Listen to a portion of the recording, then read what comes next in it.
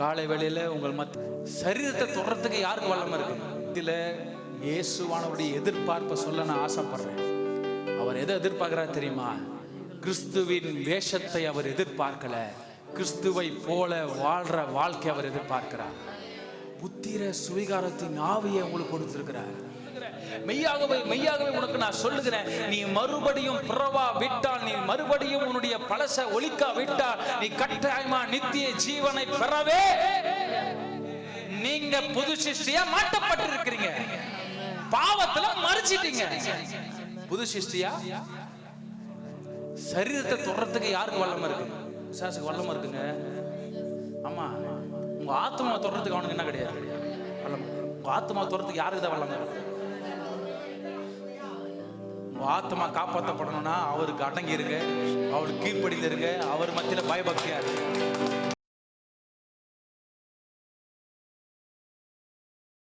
நாளிலும் இந்த ஆராதனைக்கு வந்திருக்கிற ஒவ்வொருவரையும் ஆண்டவராக இயேசு கிறிஸ்துவின் நாமத்தினாலே வாழ்த்தி வரவேற்கிறேன். கர்த்தர் உங்களோடு கூட இடைபடுவாராக. ஆமென். 2 கொரிந்தியர் 5ஆம் அதிகாரம் 17வது வசனம். இப்படி இருக்க ஒருவன் கிறிஸ்துவுக்குள் இருந்தால் புது சிருஷ்டியாய் இருக்கிறான், பழையவைகள் ஒழிந்து போயின, எல்லாம் புதிதாயின.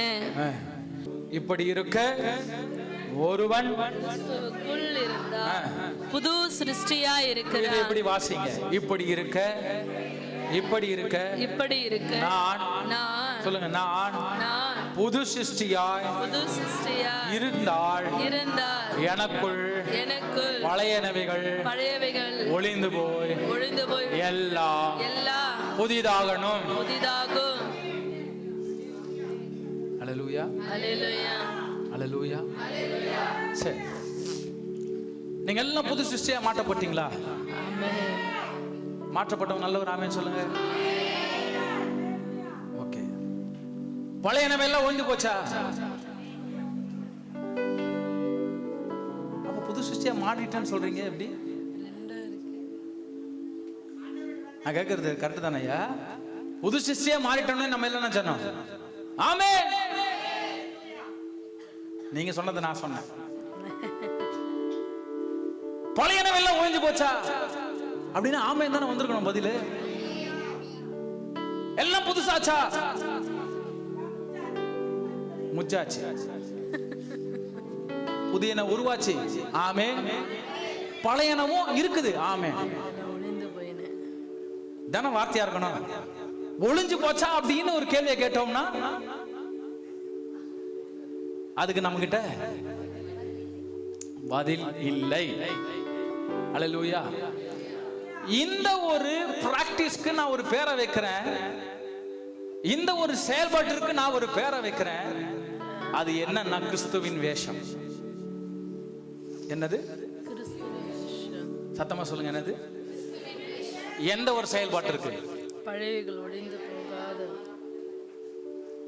பழையனவைகள் இருக்கு, ஒழிஞ்சு போல. புதியனவைகளும் இருக்கு, ரெண்டுமே இருக்கு. இந்த செயல்பாட்டிற்கு நான் ஒரு பேரை வைக்கிறேன். என்ன பேரு? வேஷம், ஆக்டிங். அல்லேலூயா. நல்ல இல்லையா சொல்லுங்க, நல்ல சத்தமா இல்லையா சொல்லுங்க. உண்மைதானே? வசனம் என்ன சொல்லுது? நீ புது சிருஷ்டியா மாட்டப்பட்ட எப்ப? எப்ப நீங்க என்னைக்கு ஏசப்பாவை நம்புனீங்களோ, நீங்க நம்பி எப்ப சமாதியில நீங்க புதைக்கப்பட்டீங்களோ, சமாதி எது? தண்ணிக்குள்ள புதைக்கப்பட்டீங்களோ, என்னைக்கு நீங்க தண்ணிக்குள்ள இருந்து மேல வந்துட்டீங்களோ அன்னைக்கு நீங்க யாரா மாறிட்டீங்க? புது சிருஷ்டியா மாறிட்டீங்க. மாறி இருக்கணும். அல்லேலூயா. அப்ப புது சிருஷ்டியாய் மாறவில்லை என்று சொன்னால், பழையனவைகள் ஒளிந்து போகவில்லை என்று சொன்னால், நாம் இன்றைக்கும் இன்னைக்கும் இந்த நொடி பொழுது வரைக்கும் நாம் என்ன பண்ணிக்கிட்டு இருக்கிறோம்? வேஷம் தரித்தவர்களாய் காணப்படுகிறோம். அல்லேலூயா. இந்த காலை வேளையில உங்கள் மத்தியில இயேசுவானவருடைய எதிர்பார்ப்பை சொல்ல நான் ஆசைப்படுறேன். அவர் எதை எதிர்பார்க்கிறார் தெரியுமா? கிறிஸ்துவின் வேஷத்தை அவர் எதிர்பார்க்கல, கிறிஸ்துவை போல வாழ்ற வாழ்க்கை அவர் எதிர்பார்க்கிறார். இந்த எதிர்பார்ப்பை நீங்களும் நானும் புரிஞ்சுக்கிறோம். அல்லேலூயா. நீங்க சொல்லுங்க, பைபிள் உங்களுக்கு எனக்கு என்ன சொல்லி கொடுக்குது? இயேசு உங்களை என்ன அடிமையா வைக்க ஆசைப்பட்டாரா? என்ன கொடுத்து உங்களை வச்சிருக்கிறார்? புத்திர சுவிகாரத்தின் ஆவியை உங்களுக்கு கொடுத்திருக்கிறார். அப்ப அப்படின்னா என்ன? உங்களையும் என்னையும் இயேசுவுக்கு நிகரா பிதா வைக்க வச்சிருக்கிறார். உங்களையும் என்னையும் இயேசுவுக்கு நிகரா, இயேசுவுக்கு நிகரா வச்சிருக்கிறார். இதை நாம புரிஞ்சுக்கிறோம். அல்லேலூயா. இதுல நாம வைராக்கியமா இருந்தோம் அப்படின்னா நான் சொல்லுவேன், பழைய நினைவுகள் ஒழிஞ்சிடும். அப்ப பழைய நினைவுகள் இன்னைக்கும் உயிரோடு இருக்கணும். நமக்குள்ள என்ன எண்ணம் இல்லைன்னா நான் இயேசுவுக்கு நிகரானவன்ற எண்ணமே இல்லை. ஆமா, நான் இயேசுவுக்கு நிகரானவன். பிதா அதுக்குதான் அழைச்சிருக்கிறாரு. வேற எந்த ரீசனும் இல்ல அப்படிங்கறத நம்ம இன்னும் புரிஞ்சுக்கலன்னு அர்த்தம். பவுல் இதை தாங்க தெளிவா எடுத்துரைக்கிறாரு. நீ கிறிஸ்துவின் வேஷத்தை தான் தரிச்சிருக்க. எப்படி? ஒரு ராஜா, உதாரணத்துக்கு நான் சொல்றேன் கவனிங்க. ஒரு ராஜானா என்ன தேவை? கிரீடம். ஒரு ராஜாவா நான் வேஷம் போட போறேன்னு வச்சுக்கோங்களேன், எனக்கு என்னென்ன தேவை? சரி, வேற இன்னும் வேற என்னென்ன தேவை சொல்லுங்க. சிங்காசனம் தேவை. நான் வேஷம் போட போறேன், சொல்லுங்க. கிரீடம் எனக்கு வேணும். அப்புறம் என்ன பண்றேன்? நல்ல வஸ்திரம் இல்ல, நல்ல வஸ்திரம். அந்த வஸ்திரம் எப்படி இருக்கணும்? அந்த வஸ்திரம் எப்படி இருக்கணும்? அதான் அது எப்படி இருக்கணும் கேக்குறேன். ராஜ வஸ்திரம் அது எப்படி இருக்கணும்? நல்லா ஜொலிக்கணும்ல, நல்லா ஜொலிக்கணும், பிரைட்டா இருக்கணும். தக தக தகன்னு இருக்கணும். அடுத்தது என்ன இருக்கணும்? என்ன இருக்கணும்? என்ன இருக்கணும்? செங்கோல். அடுத்தது இன்னும் வேற என்ன வேணும்? என்ன இருக்கணும்?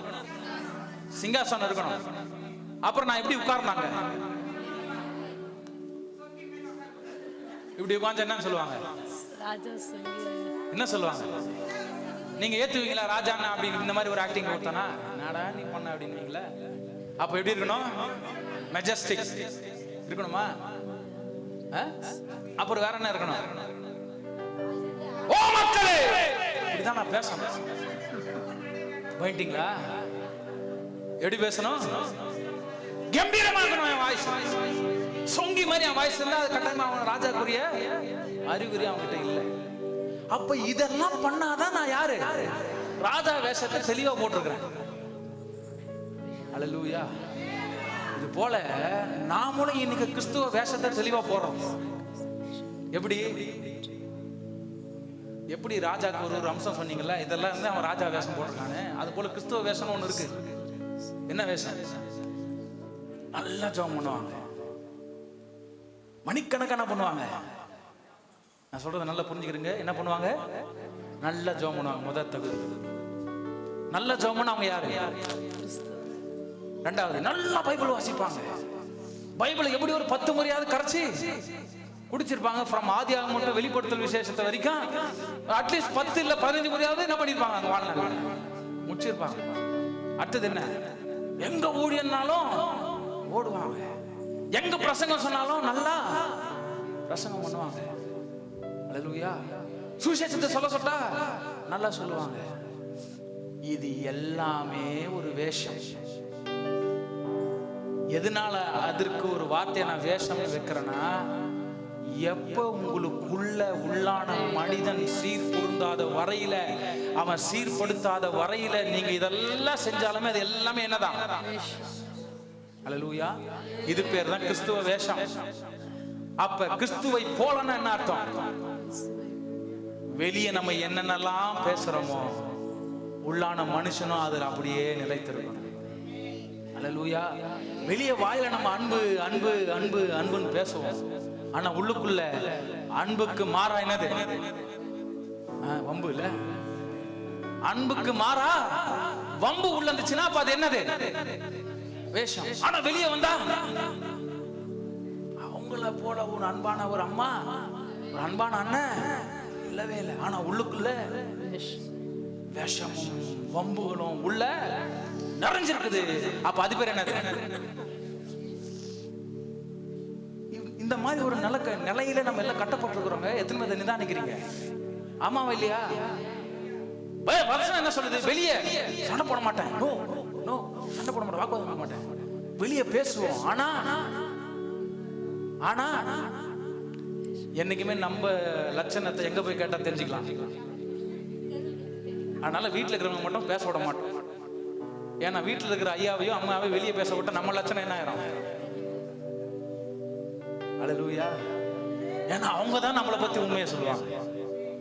ஆனா வெளியே பாத்தீங்கன்னா பிதாவை போல பரிசுத்தவான்கள், இயேசுவை போல அன்பானவர்கள், இப்படிதான் வெளியே காட்டுவோம்ல. ஆமா தானே? ஊழியம் செய்யற இடத்துல நம்ம அப்படிதான் காட்டுவோம். ஆனா இங்க அப்படி காட்டி நீங்க செய்யற எதுவுமே பிரயோஜனமற்றது. அதை நம்ம இன்னைக்கு ஏத்துக்கணும். என்னைய முதல் கொண்டு தான் நான் பேசுறேன். அதை நம்ம இன்னும் கட்டாயமா ஏத்துதான் ஆகணும். அல்லேலூயா. ஏன்னா வெறும் மிக விரைவில் நம்ம என்ன செய்ய போறோம்? புதிய வருஷத்துக்குள்ள கால் வைக்க போறோம். இனி அந்த அந்த புது வருஷம் எப்படி வேணா இருக்கட்டும், அது பிரச்சனை இல்லை. ஆனா நான் எப்படி இருக்க போறேன்னு தான் அர்த்தம். ஆமென். அல்லேலூயா. அது எப்படி வேணா இருக்கட்டும், புது வருஷம் அது அழிவுக்குரியதா இருக்கட்டும், இல்ல நல்ல சந்தோஷத்துக்குரியதா, எப்படி வேணா இருக்கட்டும். ஆனா நான் எப்படி இருக்க போறேன்? நான் எப்படி இருக்க போறேன்? அதே பழசை தூக்கிட்டு போறேனா, இல்ல அந்த பழசை தூக்கி தூரம் போட்டுட்டு போறேனா? நாளையில உங்ககிட்டயும் என்கிட்டயும் கடவுள் எதிர்பார்க்கறதுனா வேஷத்தை இல்ல, அவரை போல வாழ்றது. அல்லேலூயா. வேஷம் தரிக்கப்பட்டவங்க என்ன செய்வாங்கன்னா, பலன் வர வரைக்கும் தான் அந்த வேஷம் நிலைக்கும். சம்பள பணம் வர வரைக்கும் தான். ஆமா தானே? நடிகர்களுக்கு சம்பள பணத்தை கொடுத்தா தான் நடிப்பாங்க. இல்லைன்னா என்ன பண்ணுவாங்க? போடா நீயும் உன் நாடகம் போயிட்டே இருப்பாங்களே. அது போலதான் வேஷம் தரிக்கிறவங்க ஆசீர்வாதம் கொட்டுற வரைக்கும் தான் என்ன பண்ணுவாங்க? நீடிப்பாங்க. ஆசீர்வாதம் ஒன்ஸ் நின்னா கூட என்ன பண்ணுவாங்க? உடனே முறுமுறுத்துட்டு பின்னாடி போயிடுவாங்க. அல்லேலூயா. அதுதான் டிஃபரன்ஸ். இயேசுவை போல வாழ்றவங்க கட்டாயமா என்ன நேர்ந்தாலும் நான் அவருக்குன்னு வைராக்கியமே பண்ணிப்பாங்க. என்ன நேர்ந்தாலும். அல்லேலூயா. நீங்க வேதத்துல வாசிக்கிற ஒவ்வொரு பரிசுத்தவான்களும் யாருமே ஆசீர்வாதத்தை எதிர்பார்த்து வந்தவங்களே கிடையாது. எல்லாம் இயேசுவை பார்த்து வந்தவங்க, எல்லாம் பிதாவினுடைய காரியத்தை கரத்தை பார்த்து வந்தவங்க, பிதா சொன்ன வார்த்தையை நம்பி வந்தவங்க. அல்லேலூயா. ஒருவர் கூட பிதா நான் வந்தா என்ன ஆசீர்வதிப்பார்னு வெளியே வரல. ஆபிரகாம்ல இருந்து எல்லாரையும் எடுத்துக்காங்களா? எல்லாருமே எடுத்துக்காங்க. யாருமே என்ன பண்ணல? ஆசீர்வாதத்தை பார்த்து பலனை பார்த்து என்ன பண்ணல? எல்லா பழசையும் தூக்கி போட்டு தான் என்ன பண்ணிருக்கிறாங்க? என்ன பண்ணிருக்கிறாங்க? வந்திருக்கிறாங்க. அல்லேலூயா. நீ பவுல் அதை எடுத்துரைக்கிறாரு. நீ புது சிருஷ்டி ஆக்கப்பட்டது உண்மை அப்படின்னா உனக்குள்ள இருக்கிற பழசு எல்லாம் ஒழிஞ்சு போயிருக்கணும். அப்படி ஒளிஞ்சு போனா நீ ஊர்ஜிதப்படுத்திக்க. நீ இன்னும் வேஷம் போட்டு இருக்கிற. இன்னும் நம்ம வேஷம் போட்டு இருக்கிறோம்.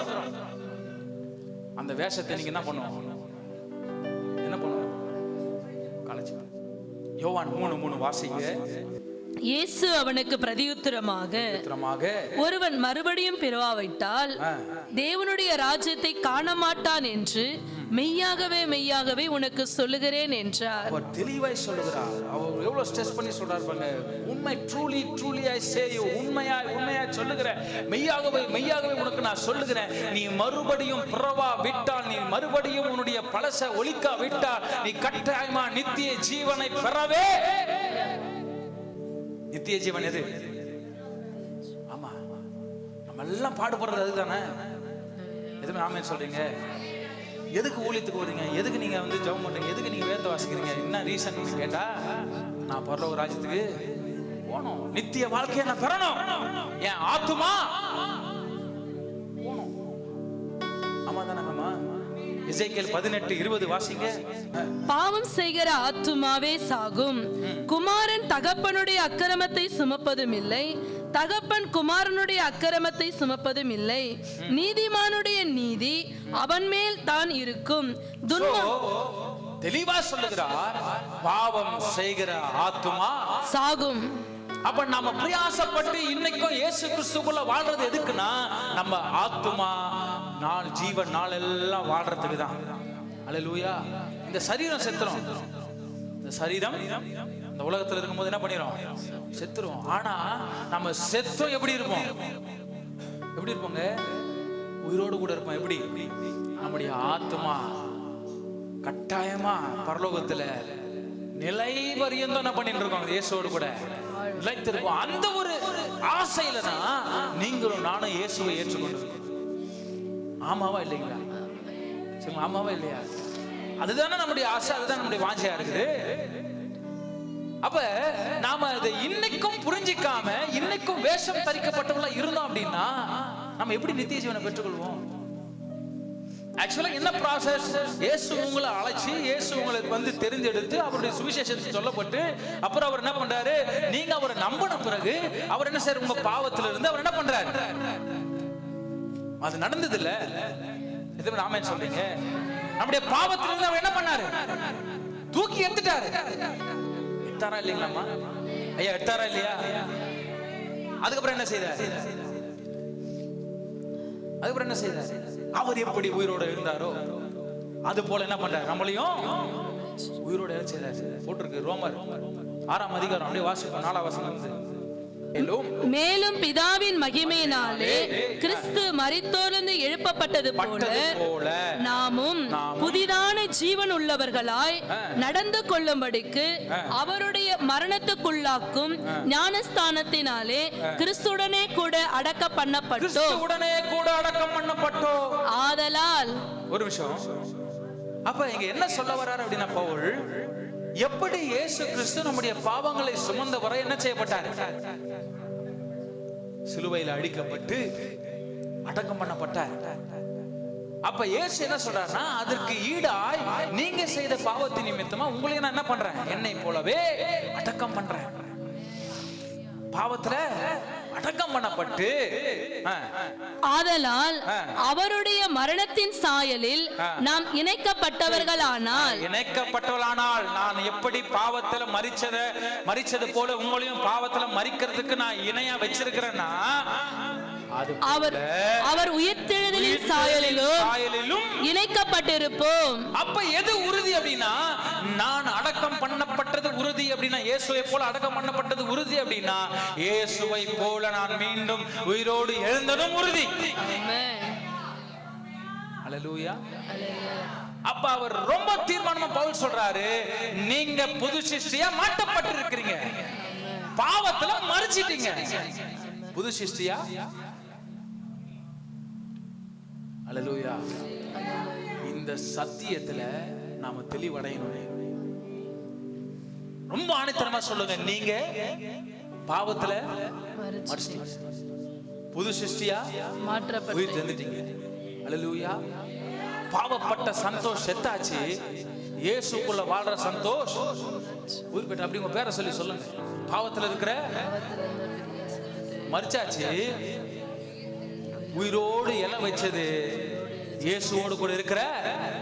உங்க பேரை சொல்லி சொல்லுங்க. சந்தோஷம். ஆமா, இது உண்மையா நடக்கணுங்க, உண்மையா நடக்கணும். ஆனா நம்ம என்ன பண்றோம் தெரியுமா? யார் சொன்னாங்களோ தெரியல, இல்ல எப்படி நம்ம ஆசைப்பட்டோமான்னு தெரியல, மத்தவங்களாம் பண்ணிட்டாங்கன்னு நம்ம பண்ணுவோமான்னு தெரியல. நான் மரணத்துக்கு, அதாவது இயேசுவை போல மரணத்துக்கு நான் ஒப்புவிக்கப்பட்டுட்டேன்னு அப்படி நம்ம ஒரு காரியத்தை என்ன பண்ணிட்டோம்? ஞானஸ்தானத்தை பெற்றுக்கிட்டோம். ஆனா உண்மையா அந்த ப்ராசஸ் நம்ம என்ன பண்ணலங்க? நான் சொல்றேன், மதிக்கல. ஆமா இல்லைங்களாங்க? உண்மையா அதை மதிச்சிருந்தோம்னு வச்சுக்கோங்களேன். எதை? ஞானஸ்தானத்தின் அனுபவத்தை. அது சும்மா இல்ல, இயேசு நமக்கு எக்ஸாம்பிள் வச்சுட்டு போன ஒரு காரியம். அல்லேலூயா. ஞானஸ்தானம் என்பது இயேசு நமக்கு முன்னாடி. ஏன் அவர் ஞானஸ்தானம் எடுக்கணுமா? அவசியமா? அப்புறம் எதுக்கு அதை காட்டுறாரு? அது உனக்கு ஒரு ப்ராசஸ் ஆகட்டும், உன் மைண்ட்ல ஒரு அது ஃபிக்ஸ் ஆகட்டும். நீ இப்படி மரிக்கணும், நீ அது உள்ள போய் வெளியே வந்த பிறகு நீ புது சிருஷ்டி ஆயிட்ட. நம்முடைய புத்திக்காக அதை செய்தது. அதை நாம வழக்கத்தின் ரீதியா, வழக்கத்தின் அடிப்படையில் செய்யாம உண்மையா அதை அனுபவமா மாத்தணும். அல்லேலூயா. நாம உன்னத அனுபவபூர்வமா மாத்தல அப்படின்னா இன்னைக்கும் நம்ம ஆக்டிங் பண்றோம்னு அர்த்தம். அல்லேலூயா. புது சிருஷ்டியா மாற்றப்பட்டீங்களா? மாற்றப்பட்டீங்களா? பழசு ஒளிஞ்சு போச்சா? பழசு ஒளிஞ்சு போச்சா? உண்மையாவா? பழைய பாவம் ஒளிஞ்சு போச்சா? பழைய கோபம் ஒளிஞ்சு போச்சா? பழைய வைராக்கியம் ஒளிஞ்சு போச்சா? பழைய சண்டை ஒளிஞ்சு போச்சா? என்ன அப்படியே மியூட் ஆகுது லைட்டா? சத்தமா சொல்ல, ஒளிஞ்சு போச்சா? ஏன்னா ஆக்டிங் கிறிஸ்டியனா இருக்க வேண்டிய அவசியமே. அதுக்கு உங்களை என்னையும் கடவுள் அழைக்கலங்க. அதுக்காக அவர் உயிரை கொடுக்கல, அதுக்காக அவர் உங்களை தேடி வரல. எத்தனை பேரை ஏத்துக்கிறீங்க? நாட்டுல எத்தனை கோடி மக்கள் இருக்கிறாங்க? ஆமாவா இல்லையா? சொல்லுங்க, இருக்காங்களாம்மா? நம்ம அக்கம் பக்கத்தில் எத்தனை எவ்வளவு பேர் இருக்கிறாங்க? அவங்க மத்தியில் கடவுள் உங்களை தெரிஞ்சிருக்கிறாருல்ல, ஆமா இல்லையா? எத்தனையோ பேர் குடும்பமா நாசமா அழிஞ்சு செத்து மடிஞ்சு இருக்கிறாங்க. ஆனா அதன் மத்தியில் நம்ம குடும்பத்தை பாதுகாத்து இருக்கிறாருல்ல, ஆமா இல்லையா? எவ்வளவு பிரச்சனையில போராட்டங்கள் எத்தனையோ குடும்பங்கள் அலைஞ்சிட்டு இருக்குதுன்னா அதன் மத்தியில் கடவுள் உங்களை என்னை பிரித்தெடுத்து இவ்வளவு அழகான ஒரு வாழ்க்கையை கொடுத்து இவ்வளவு சௌக்கியமா சுகமா வச்சிருக்கிறாருல்ல. எதற்காக? எதற்காக? புது சிருஷ்டியை வைக்கிறதுக்காக, அவரை போல வைக்கிறதுக்காக, அவரை உங்க மூலமா காண்பிக்கிறதுக்காக. அல்லேலூயா. அவரை உங்க மூலமா காண்பிக்கிறதுக்காக, அவரை உங்க மூலமா காண்பிக்கிறதுக்காக. எந்த ரீசனும் கிடையாது, எந்த ரீசனும் கிடையாது. நீங்க போறீங்கன்னா உங்களை பார்க்குறவங்க இயேசுவை பார்க்கணும். நீங்க பேசுறீங்கன்னா உங்க மூலமா இயேசுவின் வார்த்தையை கேட்கணும். நீங்க பழகுறீங்கன்னா உங்க பழக்கத்தின் மூலமா இயேசுடைய பழக்கத்தை அவங்க பார்க்கணும். அதற்காக தான் உங்களை புது சிருஷ்டியா மாத்தினார். நீங்க புது சிருஷ்டியா மாறல அப்படின்னா நான் சொல்றேன், நீங்க எடுத்த ஞானஸ்தானம் முற்றிலும் வேஸ்ட். நீங்க ஜெபிக்கிற ஜெபங்கள் முற்றிலும் வேஸ்ட். நீங்க படுகிற பிரயாசம் முற்றிலும் வேஸ்ட். இப்படி நான் சொல்றதுனால திரும்ப ரிவர்ஸ் ஆகாதீங்கன்னு அதுக்காக நாங்க சொல்லல. நாம இன்னும் ஸ்பீட் ஆகணும், இன்னும் வைராக்கியமா எழுப்பி ஓடணும். எல்லாம் குறையுள்ள மனிதர்கள் தான், யாரும் நிறைவானவங்க பெர்ஃபெக்ட் கிடையாது. எல்லாருக்குள்ளயும் குறை இருக்கு. ஆனா நான் சொல்றேன், அந்த குறையவே நம்ம குறையா சொல்லி ஒரு சாக்கா சொல்லி இல்லாம, இல்ல இந்த குறை எனக்கு வேணாம், நான் குறைய மாற்றி நிறைவான கர்த்தரோடு கூட சேர்ந்து நான் நிறைவான வாழ்க்கையை வாழணும். எனக்கு அதுதான் தேவை. இயேசுவை போல வாழ்றதுதாங்க நிறைவான வாழ்க்கை. நம்ம அதை பிரயாசப்படுவோம், ஆசைப்படுவோம். இந்த ப்ராசஸ் நம்ம வந்து கொஞ்சம் கனப்படுத்துவோம். எந்த ப்ராசஸ்? எந்த ப்ராசஸ்? நீங்க மரணத்துக்குள்ள புதைக்கப்பட்டீங்க, தண்ணிக்குள்ள புதைக்கப்பட்டீங்க, தண்ணில இருந்து வெளியே வரும்போது நீங்க புது சிருஷ்டியா மாற்றப்பட்டீங்கன்ற ப்ராசஸை நம்ம கொஞ்சம் கனப்படுத்துவோம். இதுவே ஆமென் சொல்றீங்கப்பா? அப்பா அம்மா சொன்னாங்க, இல்ல பாஸ்டர் சொன்னாங்க, இல்ல அங்கிள் சொன்னாங்க அப்படின்றதுக்காக நான் சொன்னேன். சரி போட்டோம், அப்படி எடுத்துட்டோம்னாலும் இனி இனிமேட்டு இந்த ஒரு விஷயத்துல ஸ்ட்ராங் ஆகுங்க. இல்ல, ஞானஸ்தானம் என்பது அது ஒரு மதிப்புக்குரிய விஷயம். சும்மா விளையாட்டு விஷயம் கிடையாது. அவங்க சொன்னாங்க இவங்க சொன்னாங்க எடுக்கிற விஷயம் கிடையாது. அது என்னன்னா, நான் பாவத்துல ஒரு ஆளா இருந்தேன், அந்த பாவத்தின் மனுஷன் செத்துட்டான், அவன் நான் சிலுவையில அடைஞ்சிட்டேன். நான் வெளியே வரும்போது இயேசுவை போல, இயேசுவை வெளிப்படுத்துகிற ஒரு மனுஷனா வரேன் அப்படிங்கறத நீங்க சொல்றீங்க. அல்லேலூயா. அந்த விஷயத்தை நீங்க கன்வே பண்ண முடியலன்னா நீங்கள் நானும் அந்த ஞானஸ்தானம்ங்கிற ப்ராசஸையே கேவலப்படுத்துறோம்னு அர்த்தம். அல்லேலூயா. அதனால நாம இன்னைக்கு இந்த கால வெளியில ஜாக்கிரதைப்படுவோங்க.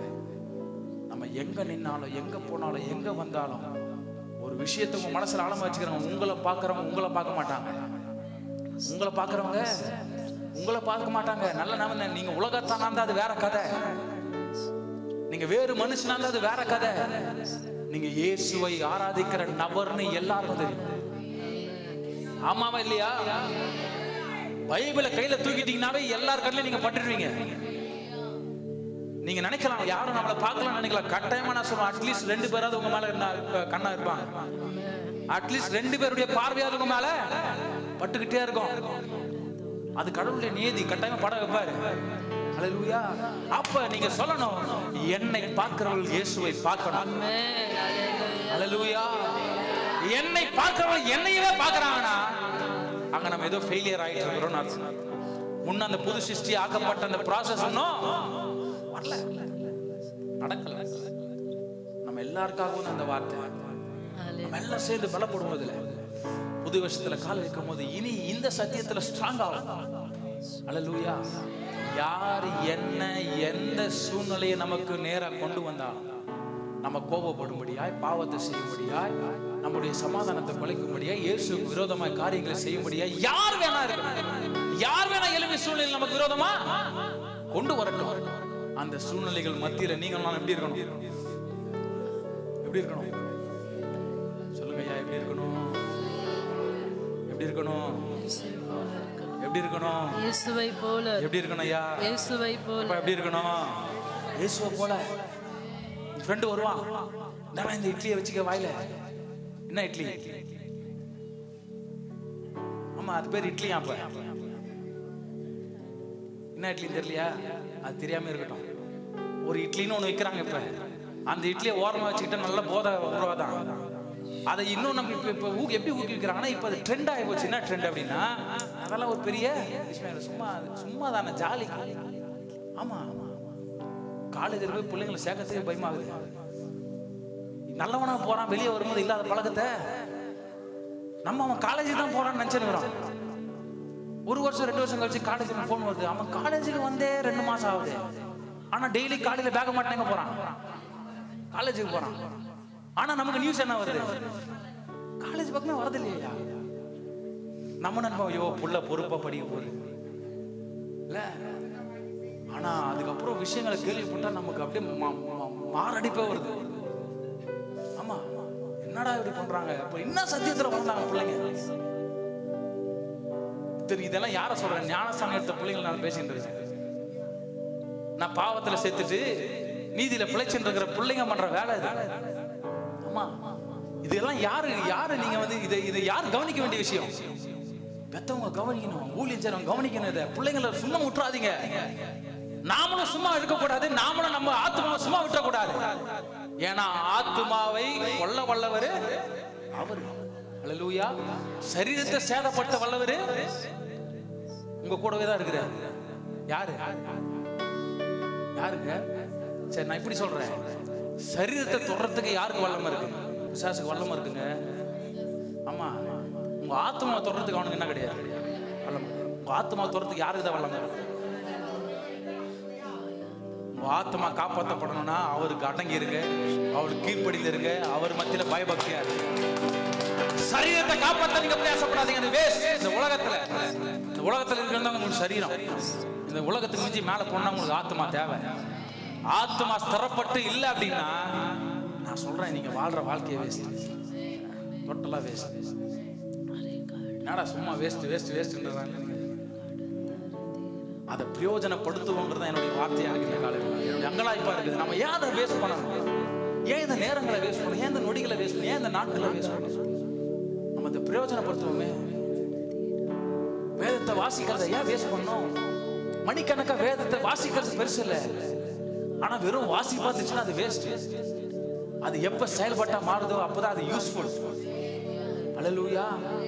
வெறும் ஜெபம் பண்றது, மணிக்கணக்கா நான் ஜெபம் பண்ணேன், ஆனா என் கேரக்டர் டெவலப்மெண்ட் இல்லை. என் கேரக்டர் இன்னும் கோவப்படுறேன், இன்னும் நான் வேதனைப்படுத்துறேன், இன்னும் நான் சமாதானத்தை குலைக்கிறேன், இன்னும் குறை பேசுறேன், இன்னும் வைராக்கியம் பாராட்டுறேன், இன்னும் வஞ்சிக்கிறேன், இன்னும் மத்தவங்க மேல விஷமா நான் சிந்திக்கிறேன் அப்படின்னா மணிக்கணக்கு நீங்க ஜெபத்துல உட்கார்றது. அப்ப எதை பேசுறோமோ, எதை நம்ம வந்து படிக்கிறோமோ அதை என்ன செய்யணும்? பிராக்டிஸ் பண்ணணும். உங்க வாழ்க்கையில சீர் பொருந்தாத வரையில என்ன பிரசங்கம் பண்ணாலும் வேஸ்ட்.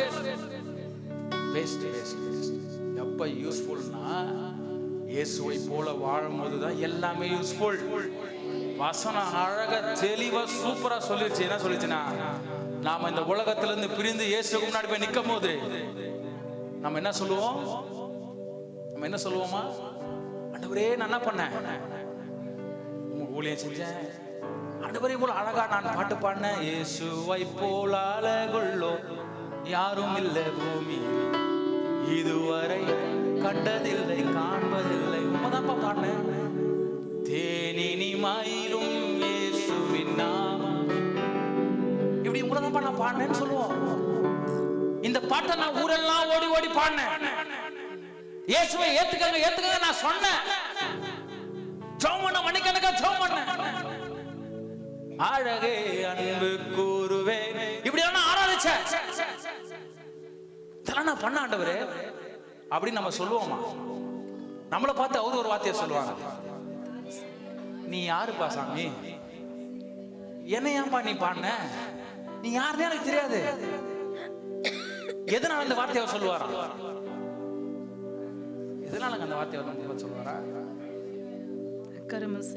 ஒரு வார்த்தை அப்படியே ஆணி பாஞ்சமா இருக்கும். அக்கிரமக்காரனே போடா வெளிய. உங்களை பார்த்து என்ன பார்த்து அந்த வார்த்தையை சொல்லணுமா? அதுக்கா பிரயாசப்பட்டு இவ்வளவு நாள் ஓடியாரோம். அதுக்கா பிரயாசப்பட்டதுனால நம்ம வந்து உபவாசம் பண்ணிக்கின்னு, ஜெபம் பண்ணிக்கின்னு, ஆராதனை பண்ணிக்கின்னு இந்த வார்த்தையை கேட்கறதுக்கா? அப்ப அந்த வார்த்தையை நம்ம காதுல கேட்க கூடாதுன்னா நம்ம என்ன செய்யணும்? வேஷத்தை கலைக்கணும். வேஷத்தை உண்மையா இயேசுவை போல வாழ அர்ப்பணிக்கணும். அவரை காட்டுறது தான் நம்முடைய உயிர் மூச்சா இருக்கணும். அல்லேலூயா. ஸ்ட்ராங்கா நம்ம ஒரு முடிவு எடுப்போமா? எங்க போனாலும் எங்க நின்னாலும் யார் முன்னாடி வேணாலும் நான் இயேசுவை தான் காட்டுவேன். சூழ்நிலை எப்படி வேணா வரலாம். எப்படி வரலாம்? போய் சொல்ற மாதிரி சூழ்நிலை வரலாம், இல்ல கோவப்பட்டு அனாவசியமா கத்துற மாதிரி சூழ்நிலை வரலாம், சண்டை பண்றதுக்கு சூழ்நிலை வரலாம். ஆனா அது மத்தியில இப்ப ஒரு முடிவு எடுப்போமா? என்ன வந்தாலும் சொல்லுங்க, என்னைய மாதிரி சொல்லுங்க, என்ன வந்தாலும், எது நேரிட்டாலும், என்ன சூழ்நிலை வந்தாலும் நான் இயேசுவை காண்பிப்பேன். இயேசுவை காண்பிப்பேன். இயேசுவை காண்பிப்பேன். இயேசுவை காண்பிப்பேன். இயேசுவை காண்பிப்பேன். நடிக்கிறவங்க ஊதியம் வர வரைக்கும் தான் நடிப்பாங்க. மறுபடியும் நான் அந்த வார்த்தையை நினைவூட்டுறேன். ஊதியம் வர வரைக்கும் தான் நடிப்பாங்க. ஆனா உண்மையா வாழ்க்கையா வாழணும்னு நினைக்கிறவங்க ஊதியத்துக்காக உட்கார்ந்துருக்க மாட்டாங்க. அது அவங்க வாழ்க்கையா இருக்கும். கடவுளை பிரியப்படுத்துவோம், கடவுளை போல வாழுவோம். கடவுள் அதுக்கு தான் நம்மளை அழைச்சி வச்சிருக்கிறாரு. அவர் எங்கேயுமே சொல்ல எனக்கு நிகர நிக்கிறதுக்கு ஒன்றும் தகுதி இல்லைன்னு அவர் சொல்லவே இல்லை. அவர் தெளிவா சொல்ல எனக்கு சமமாதான் நான் அவனை நினைக்கிறேன், எனக்கு சமமாதான் நான் வச்சிருக்கிறேன். அடிமையா இல்ல, உன்னை என்னை அடிமையா இல்ல. பாவத்துக்கு அடிமையா இருந்தது போல உங்க முன்னான வாழ்க்கை இருந்தது போல அடிமை தனத்தில் உங்க வாழ்க்கை இருப்பதற்காக உன்னை அழைக்கல. எனக்கு நிகரா சமமா உட்கார வச்சிருக்கிறதுக்கு தான் உன்னை அழைச்சிருக்கிறாரு. அந்த பொசிஷனை நாம இப்ப கொஞ்சம் மனசுல போடும். எந்த பொசிஷன்ல நம்ம இருக்கிறோம் நினைச்சு பாக்குறீங்களா? நான் இப்ப எந்த இடத்துல நிக்கிறேன், எந்த ஸ்தானத்துல நான் நிக்கிறேன்? ரோமர் 6:6 சொன்ன பிரகாரம் நாம் இனி பாவத்துக்கு ஊழியம் செய்யாதபடிக்கு பாவ சரீரம் ஒழிந்து போகும் பொருட்டாக நம்முடைய பழைய மனுஷன் அவரோடு கூட சிலுவையில் அறையப்பட்டதென்று அறிந்திருக்கிறோம். கண்ண முடியாத அறைய போறீங்கன்னா பழைய பழக்க வழக்கங்கள் இன்னும் ஒட்டிக்கிட்டு இருக்கு பாருங்க. இன்னும் நம்ம உயிர் கொடுத்து உட்கார வச்சுட்டு இருக்கிறோம் பாருங்க. அந்த பழைய மனுஷன், பழைய பழக்க வழக்கங்களை கொண்டு இருக்கிற அந்த மனுஷனை இப்ப இது கடைசியா ஒரு முடியாது. சும்மா சும்மா அறைய கூடாது, வேஸ்ட். சும்மா சும்மா தப்பு திரும்ப நம்ம வந்து மனம் திரும்புறதுன்றது என்னைய பொறுத்தல வேஸ்ட். ஒன்ஸ் வேணாம்னா அது வேணாம், விட்டுறணும், தூக்கி எரிஞ்சிடணும். அதனால நம்ம இன்னமும் என்ன வேணா உண்டாகும்னா சேர அள்ளி நம்மளே பூசிக்கிற கணக்காயிரும். ஏன்னா பாவத்துல இருந்து உங்களை மீட்டு எடுத்துட்டாரு கடவுள். உங்களை பாவத்துல என்ன பண்ணிட்டாரு? தூக்கிட்டாரு. இல்ல நான் திரும்ப அதே நம்ம குதிப்பேன் என்ன பண்ணக்கூடாது. குதிக்கிறது முட்டாள் தான். அப்படி திரும்ப குதிக்கிறது முட்டாள் தான். நம்ம முட்டாள்களா இருக்கக்கூடாது. கடவுள் முட்டாள்களை வைக்கிறது உங்களை அழைக்கல. கடவுள் உங்க ஒவ்வொருவரையும் புத்திமான்களா, நீதிபர்களா, நியாயஸ்தர்களை கர்த்தர்களை வச்சிருக்கிறார். ஞானவான்களை கர்த்தர்களை வச்சிருக்கிறார். ஞானமா முடிவெடுங்க.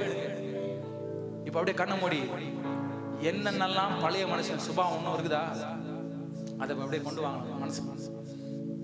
பழைய மனுஷன் சுபாவம் என்னென்னலாம் இருக்கு இப்ப அப்படியே உங்களுக்கு முன்னாடி ஒரு சிலுவை இருக்குன்னு பாத்துக்கோங்க. இது அப்படியே நான் சொல்றதெல்லாம் அப்படியே கொண்டு வாங்க இமேஜினேஷன். ஒரு சிலுவை முன்னாடி இருக்கு. அந்த சிலுவையில் அந்த பழைய மனுஷன் சுபாவத்தை அறையுங்க. ஆணிகளால கடாவுங்க. இனி அந்த எண்ணங்கள் எனக்கு வேண்டாம், இனி அந்த யோசனைகள் எனக்கு வேண்டாம். செய்யுங்க, எல்லாரும் செய்யுங்க, கண்ண மூடி உண்மையா செய்யுங்க.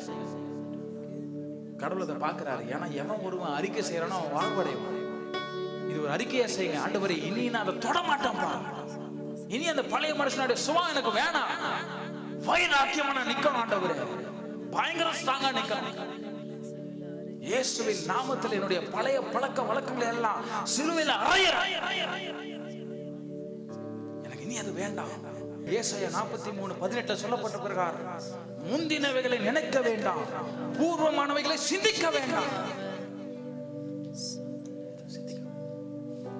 எனக்கு வேண்டாம் ஆண்டவரே, முந்தினவைகள் எனக்கு வேண்டாம், பழையனவைகள் எனக்கு வேண்டாம், பழைய பழக்கங்கள் எனக்கு வேண்டாம், பழைய பேச்சுகள் எனக்கு வேண்டாம், பழைய கோபங்கள் எனக்கு வேண்டாம், பழைய வைராக்கியங்கள் எனக்கு வேண்டாம்.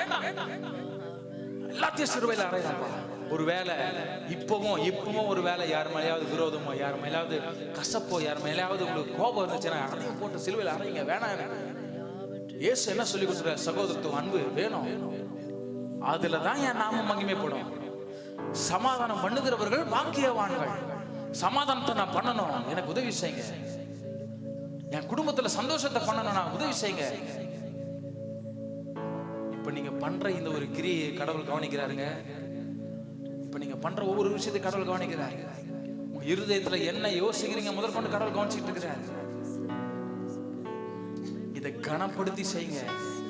இது உங்களுக்கு பிரயோஜனமா மாறும். இது உங்களுக்கு பிரயோஜனமா மாறும். இந்நாள் வரைக்கும் நம்ம ஞானஸ்தானத்தை மதிக்காம வந்திருக்கலாம். இந்த நொடியில இருந்து தயவு செய்து நம்ம அதை மதிப்போம்.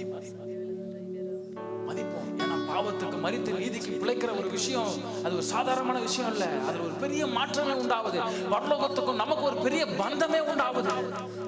2 கொரிந்தியர் 5ஆம் அதிகாரம் 19-20 வசனங்களை வாசிங்க. அது என்னவெனில், தேவன் உலகத்தாருடைய பாவங்களை எண்ணாமல் கிறிஸ்துவுக்குள் அவர்களை தமக்கு ஒப்புரவாக்குதலின் உபதேசத்தை எங்களிடத்தில் ஒப்புவித்தார். ஆனபடியினாலே தேவனானவர் எங்களை கொண்டு புத்தி சொல்லுகிறது போல நாங்கள் கிறிஸ்துவுக்காக ஸ்தானாதிபதிகளாய் இருந்து தேவனோடு ஒப்புரவாகுங்கள் என்று கிறிஸ்துவின் நிமித்தம் உங்களை வேண்டிக் கொள்ளுகிறோம். எப்படி பவுல் அவர்களை ஸ்தானாதிபதிகள் என்று சொல்றாரோ, அதே போல நீங்களும் நானும் யாரா இருக்கிறோம்? கிறிஸ்துவுக்காக. என்ன ஸ்தானம்? அம்பாசடர். அம்பாசடர்னா எந்த இதுக்கு அம்பாசடர்? இப்ப உதாரணத்துக்கு வச்சீங்கன்னா அமெரிக்கா அம்பாசடர் எங்க இருப்பாரு? நம்மளுடைய இந்தியாவில் இருக்கிறார். அப்ப அது என்ன அவங்களுடைய வேலை என்னன்னா, இந்தியா எதெல்லாம் அமெரிக்காவுக்கு கன்வே பண்ண விரும்புதோ அதெல்லாம் யார் மூலமா தான் கன்வே பண்ணுவாங்க? அம்பாசடர்ஸ் மூலமா தான் கன்வே பண்ணுவாங்க. அது எதுவா இருக்கட்டும், முதல்ல யாரை கூடுவாங்க? ஏதாவது பிரச்சனை அமெரிக்காவில் நம்ம ஆட்களுக்கு ஏதோ பிரச்சனை அப்படின்னா முதல்ல யாரை கூடுவாங்க? நம்ம அம்பாசடர் தான் முதல்ல கூடுவாங்க. நாட்டுக்கு ஏதாவது பிரச்சனை உண்டாச்சுன்னா முதல்ல யாரை வெளியே அனுப்புவாங்க? அந்த அம்பாசடர்ஸை வெளியே அனுப்பிச்சிருவாங்க. ஏன்னா அவங்களுக்கும் அவங்க நாட்டுக்கும் ஒரு பெரிய கனெக்டிவிட்டி இருக்கும். அப்ப இந்த கால வேளையில பவுல் ஒரு விஷயத்தை சொல்லுகிறாரு. நீங்க இயேசுவுடனே ஒப்புரவு ஆக்கப்பட்டிருந்தீங்கன்னா நீங்களும் நானும் யாரு? ஸ்தானாதிபதிகள். பரலோகத்தினுடைய ஸ்தானாதிபதிகள், அம்பாசடர்ஸ். பரலோக ராஜ்யத்துடைய அம்பாசடர்ஸ். அல்லேலூயா. அந்த ஸ்தானத்தை உணர்வோம். மறுபடியும் நான் சொல்றேன், அந்த ஸ்தானத்தை உணர்வோம். கடவுள் நமக்கு வச்சிருக்க அந்த ஸ்தானத்தை உணர்வோம். நம்மளை லேசா நம்ம எடை போட்டுற வேண்டாம். அடிமைகள் நம்மளை எடை போட்டுற வேண்டாம். கடவுள் அந்த ஒரு ஸ்தானத்தை வச்சிருக்கிறாரு, உன்னத ஸ்தானத்தை வச்சிருக்கிறாரு. அம்பாசடர்ஸ், பரலோகத்தினுடைய அம்பாசடர்ஸ். உங்களால யார வேணா என்ன பண்ண முடியும்? பரலோகத்துல என்ன பண்ண முடியுங்க? கொண்டு போய் சேர்க்க முடியும், கனெக்ட் பண்ணி விட முடியும், சேர்த்து விட முடியும். ஒப்புரவுதாக்குதலின் அந்த ஊழியத்தை செய்யுங்க. அல்லேலூயா. நம்முடைய சபையினுடைய தீம் என்ன? தரிசனம் என்ன? நாமும் இயேசுவை போல மாற வேண்டும். நம்மிடம் வரவர்களையும் இயேசுவை போல மாற்ற வேண்டும். பரிபூரணத்துக்கு நேராக நடத்த வேண்டும். இதுதான் நம்முடைய தரிசனம். அல்லேலூயா. நம்ம தரிசனமே இதுதான். நம்ம ஓடுற ஓட்டம் ஃபுல்லா இதுதான். அல்லேலூயா. நீங்களும் பரிபூர்ணமாக்கப்பட வேண்டும். உங்களிடம் வர மக்களையும் பரிபூர்ணமாக்க வேண்டும். நீங்க பரிபூர்ணமாக்கப்படாத ஒளிய யாரையும் உங்களால பரிபூர்ணமாக்கப்பட முடியாது. அவருடைய சித்தத்தையே நம்ம குலைக்கிறதுக்கு மாதிரி ஆயிரும். உண்மை நான் சொல்றேன், ஒத்துக்கிறேன். வேலை இருக்கு இல்ல, பணம் சம்பாதிக்கணும், குடும்ப தேவை இருக்கு, அதுக்காக பிரயாசப்பட்டு போடணும், அதுக்கு பல பொய்களை சொல்லணும், பல வேஷங்களை போடணும், பலரை அட்ஜஸ்ட் பண்ணணும். இதெல்லாம் உண்மைதான்.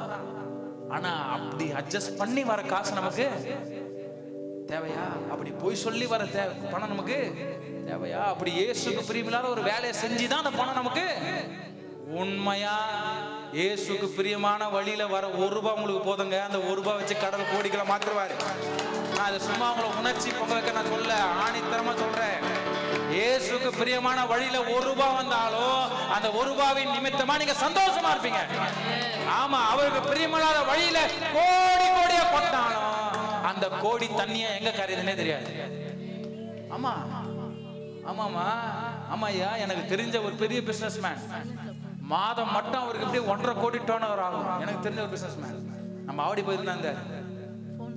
அவர் ரொம்ப நாள் அந்த இது டக்குன்னு மூடிட்டாங்க. அந்த ஆபீஸே முடிச்சு, அப்பாவுக்கு நல்ல நெருங்கிய ஒரு நண்பர். அவர் ஆபீஸே முடிச்சு ஆளையே காணும். அப்பா இருக்கிற வரைக்கும் நல்ல கான்டாக்ட்ல இருந்து, அதுக்கப்புறம் ஆளே காணும். நான் ரொம்ப நாள் கழிச்சு அவரை பற்றி கேள்விப்பட்டேன். அந்த அவர் செய்த பிசினஸ் எல்லாம் திவால் ஆகி கோடி கணக்கில் இருந்த சொத்து பத்திரம் எல்லாம் வித்து எங்க போனார்னே தெரியல அந்த மனுஷன். என்னன்னா மற்றவங்களை பிரியப்படுத்த சிலை வழிபாடுக்கு ஒப்பு கொடுத்துட்டார். தேவையற்ற பழக்க வழக்கங்கள், பாவ பழக்க வழக்கங்கள். எவ்வளவு அளவுக்கு நீதிமான் இருந்தாரோ அந்த அளவுக்கு பணம் சேர்ந்த அப்புறம் என்ன ஆயிட்டாரு? பணம் தேவையற்ற வழிகள்ல நிறைய வருது தெரிஞ்சுக்கிட்டு அதெல்லாம் இன்வெஸ்ட் பண்ணி அதெல்லாம் போக ஆரம்பிச்சிட்டாரு. அதனால அழிவு என்னாச்சு? ஆள் அட்ரஸே இல்லாம ஆயாச்சு. இல்லையா சொல்லுங்களேன். நான் எனக்கு ஒரு விஷயத்தை சொல்லி கொடுக்குறேங்க. எனக்கும் சரி, கடவுள் மூலமா ₹1 வந்தாலும் அது ஆசீர்வாதம். கடவுள் மூலமா இல்லாம அதுல 10,000 வந்தாலும் அது என்னதான்? அது என்னதான்? நஷ்டம். பணம் பெருசா வரும், ஆனா பொத்தலான பையில போறது போல போயிடும், காணாம போயிடும். அது உங்களையும் வியாதியஸ்தனா மாத்திரும், உங்களையும் இல்லாம ஆக்கிறோம். அல்லேலூயா. அது பாம்பு போல தீண்டிக்கிட்டே இருக்கும் உங்களை. ஆனா கடவுள் கொடுக்கிற சின்ன வருமானமா இருந்தாலும் கடவுள் அதுல உங்களுக்கு போஷாப்ப வச்சிருப்பாரு. கடவுள் அதுல உங்களுக்கு பலனை வச்சிருப்பாரு. கடவுள் உங்களுக்கு அதுல சந்தோஷத்தை வச்சிருப்பாரு. கடவுள் உங்களுக்கு அதுல மனமகிழ்ச்சி வச்சிருப்பாரு. அல்லேலூயா. எத்தனை பேர் ஏத்துக்கிறீங்க? ஆமான்னு சொல்லி ஏத்துக்கிறீங்களா? அதை ஆமாயா, அனுபவிச்சு பாருங்க. நீங்க ஒருவேளை மாசம் 10,000 சம்பாதிக்கிற ஆளா வேணா இருக்கலாம். அவன் 1 லட்சம் 2 லட்சம் சம்பாதிப்பான். நீங்க 10,000 சம்பாதிக்கிறான். ஆனா உங்ககிட்ட இருக்கிற சமாதானமோ இல்ல உங்ககிட்ட இருக்கிற சந்தோஷமோ அவங்ககிட்ட இருக்காது. ஆமே. சந்தோஷத்தையும் சமாதானமும் இல்லாம நீ என்ன பணம் சம்பாதிச்சு என்ன சந்தோஷம் சமாதானம் இல்லைன்னா ஆட்டோமேட்டிக்கா உடம்பு என்ன ஆகும்? வியாதி பிடிச்சிடும். அந்த வியாதிக்கு போய் என்ன பண்ண அடுத்தது? செலவு பண்ணிட்டே இருக்கணும். நல்லா நான் கவனிச்சிருக்கிறேன், அநேகத்துல கவனிச்சிருக்கிறேன். பணக்காரனுக்கும் அதே வியாதி தான் இருக்கும், கஷ்டப்படுறவனுக்கும் அதே வியாதி தான் இருக்கும். ஆனா இவன் 1000 ரூபாய் அந்த வியாதி என்ன பண்ணிடுவான்? சரி பண்ணிடுவான். ஆமா. ஆனா அந்த பணக்காரன் என்ன பண்ணுவான்? ஓடி ஓடிய செலவு பண்ணாலும் அவனுக்கு ஜுரம் என்ன பண்ணாது, போவாது. இப்பத்தி உலகம் அப்படி போயிட்டு இருக்குது. அல்லேலூயா. அதனால ஒரு விஷயத்த நல்ல கவனத்துல வச்சுக்கோங்க. பணம் சம்பாதிக்கிறது பெரிய விஷயமே இல்ல. கடவுளை முன்னாடி தேடி பாருங்க, கடவுளுக்காக வாழ்ந்து பாருங்க, கடவுளை போல வாழ்ந்து பாருங்க. பணம் உங்களை தேடி கொட்ட ஆரம்பிக்கும். அந்த பணம் உங்களுக்கு ஆசீர்வாதமா இருக்கும். அந்த பணத்தின் நிமித்தமா நீங்க சந்தோஷமா இருப்பீங்க. அந்த பணத்தின் நிமித்தமா நீங்க சுபிட்சமா வாழ்வீங்க. அதுக்கு மிஞ்சின வழிகளில் உங்களுக்கு பணம் வருதுன்னா வேண்டாம், தூக்கி கொடுங்க தைரியமா. ஆமே. இது என்னுடைய டிபார்ட்மெண்ட்டே கிடையாது இன்னைக்கு. ஆனா கடவுள் டிபார்ட்மெண்ட்டுக்குள்ள கொண்டு போறாரு. ஆமா, உண்மையா நான் இது பேசணும்லாம் கொண்டு வரல. கடவுள் டிபார்ட்மெண்ட் எதுவும் நினைவுட்டுறாரு, நம்ம தெளிவோம். அல்லேலூயா.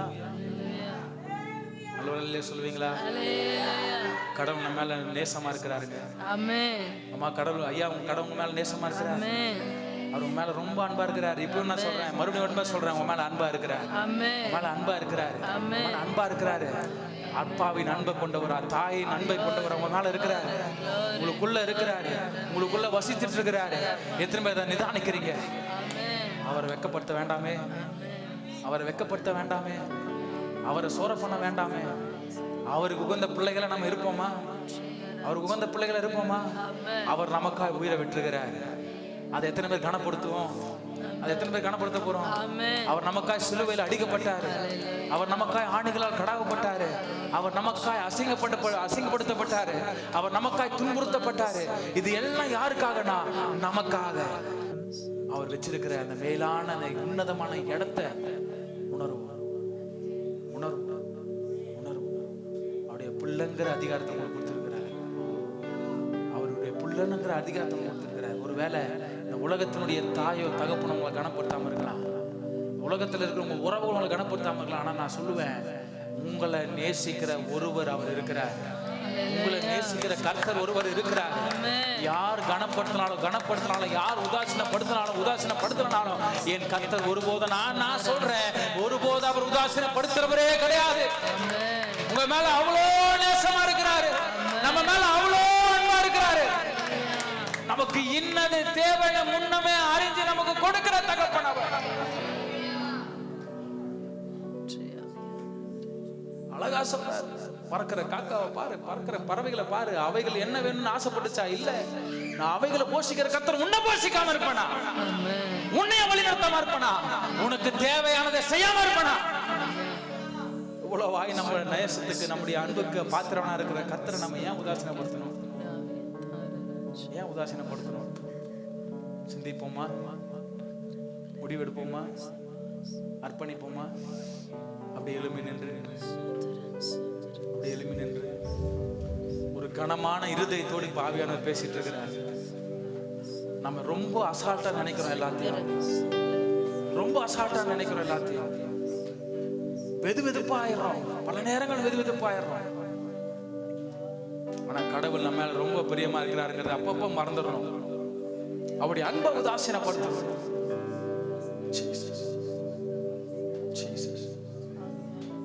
இன்னைக்கு ஆவியான உங்களோடு கூட பேசின காரியத்தை இப்ப நினைவுல கொண்டு வாங்க. பழைய நினைவுகள் ஒளிந்து போயின. நீங்களும் நானும் புது சிருஷ்டியாய் மாற்றப்பட்டிருக்கிறோம். பழசு ஒளிஞ்சு போட்டோம், எல்லாம் புதிதாகட்டும். எத்தனை பேர் ஆயத்தமாவீங்க? என்னுடைய எல்லா பழைய பழக்க வழக்கங்கள் எல்லாத்தையும் சிலுவையில் அறையிறேன். எனக்கு எதுவும் வேண்டாம். என்னை நேசிக்கிற ஏசப்பாவுக்கு நான் உண்மையா இருக்கணும். என் மேல பிரியமா இருக்கிற பிதாவுக்கு நான் உண்மையா இருக்கணும். அவரை போல வாழ்றதுக்கு நான் அர்ப்பணிக்கிறேன். பாவத்துல வாழ்ந்திருந்த என்ன என் வழியை திருப்பி என் பாவ கழைகளை நீக்கி,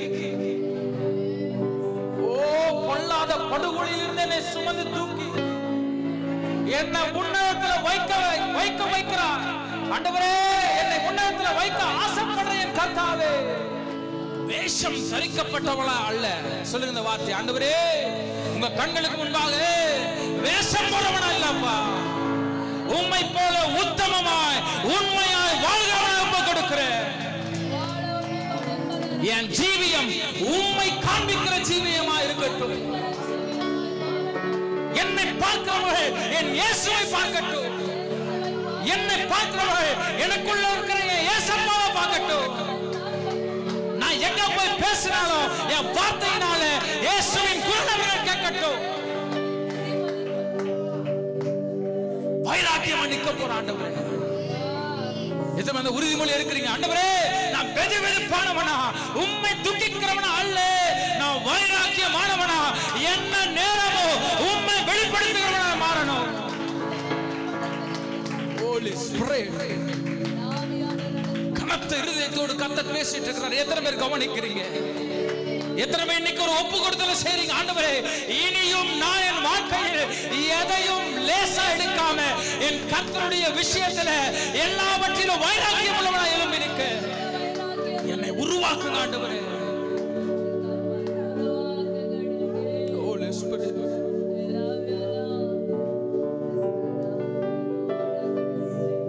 Holy Lord, ஸ்தோத்திரம், ஸ்தோத்திரம், ஸ்தோத்திரம் ஆண்டவரே. சொல்லுங்க, ஸ்தோத்திரம் ஆண்டவரே, ஸ்தோத்திரம் அப்பா, ஸ்தோத்திரம் ஆண்டவரே, ஸ்தோத்திரம் ஆண்டவரே, மக்க ஸ்தோத்திர, மக்க ஸ்தோத்திர. சொல்லுங்க அவர் வார்த்தைக்கா ஸ்தோத்திரம், மக்கே ஸ்தோத்திர. நன்றி சொல்லுங்க. ஆளுகை இயேசு மூலம் ஜெபிக்கிறோம் நல்ல பிதாவே.